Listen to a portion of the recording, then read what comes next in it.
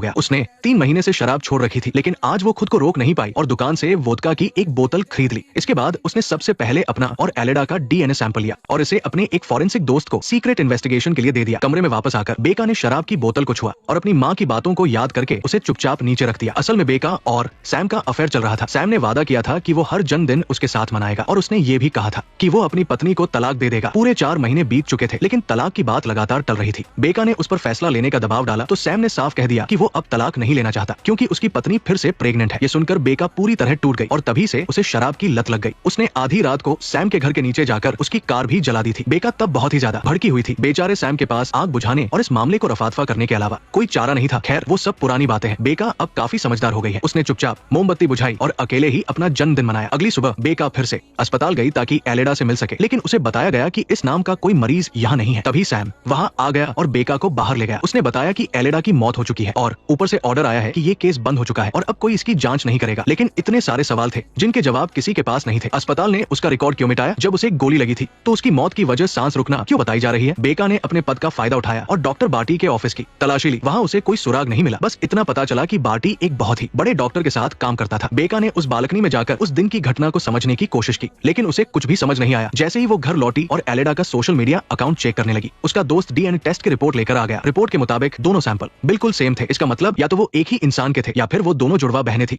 यानी कि बेका और एलेडा दोनों सगी बहनें हैं। दूसरी तरफ यूजीन एक बार में बैठकर शराब पी रहा था। असल में जब सैम ने उससे पूछताछ की थी तो उसने झूठ बोला था। एलेडा अपनी मर्जी से पागल खाने नहीं गई थी, बल्कि उसे मल्टीपल पर्सनैलिटी डिसऑर्डर की बीमारी थी। लेकिन एलेडा ये मानने को तैयार नहीं थी। वो बार बार कहती रही कि उसने अपने जैसी दिखने वाली एक औरत को देखा है। तब यूजीन को भी उसकी बात पर भरोसा नहीं हुआ था, लेकिन अस्पताल में बेका को देखने के बाद यूजीन के मन में भी शक पैदा हो गया था। दूसरी तरफ बेका छुपकर पुलिस स्टेशन में घुसी और उसने सैम की दराज से यूजीन की फाइल चुरा ली। इसके बाद वो यूजीन का पीछा करने लगी। हैरानी की बात तो ये थी कि इतनी बड़ी कंपनी की प्रेसिडेंट का अंतिम संस्कार बहुत ही सादगी से एक छोटे से कब्रिस्तान में कर दिया गया। वहाँ सिर्फ यूजीन और एलेडा की माँ ही मौजूद थी। ये सब देखकर बेका को अंदर से बहुत दुख हुआ और वो फूट फूट कर रोने लगी। उसे इस बात का बिल्कुल अंदाजा नहीं था कि सामने उसी की शक्ल जैसी एक और औरत खड़ी है। बेका आगे और सुराग खोजना चाहती थी, लेकिन सैम फिर से वहां आ गया। उसने अपने अफसर होने का रौब झाड़ते हुए उसे इस केस से दूर रहने का आदेश दिया। एलेडा का परिवार कोई आम परिवार नहीं था। वो लोग कई अस्पतालों और एक बड़ी संस्था के मालिक थे। इस मामले में ज्यादा छानबीन करने से जान को खतरा हो सकता था। बेका के पास कोई रास्ता नहीं था, इसलिए उसे सैम के साथ पुलिस स्टेशन लौटना पड़ा। वहाँ पुलिस उस हमले को लेकर एक प्रेस कॉन्फ्रेंस कर रही थी, लेकिन हैरान करने वाली बात यह थी कि मरने वाली औरत एलेडा नहीं बल्कि कोई और थी। ये बहुत ही अजीब था, इतनी जल्दी केस को बंद कर देना और छानबीन पर भी रोक लगा देना। असल में मरने वाली औरत का रिकॉर्ड मिटाकर उसकी पहचान ही बदल दी गई थी। ये तो पक्का था कि इसके पीछे किसी बहुत ही ताकतवर इंसान का हाथ है, लेकिन वो ऐसा क्यों कर रहा था? बेका को इतनी मुश्किल से अपनी बहन का पता चला था और अब ये सच्चाई हमेशा के लिए दफन होने वाली थी। वो ऐसा नहीं होने दे सकती थी। सैम उसे समझा नहीं पाया। बेका की हालत देखकर लग रहा था कि वो अब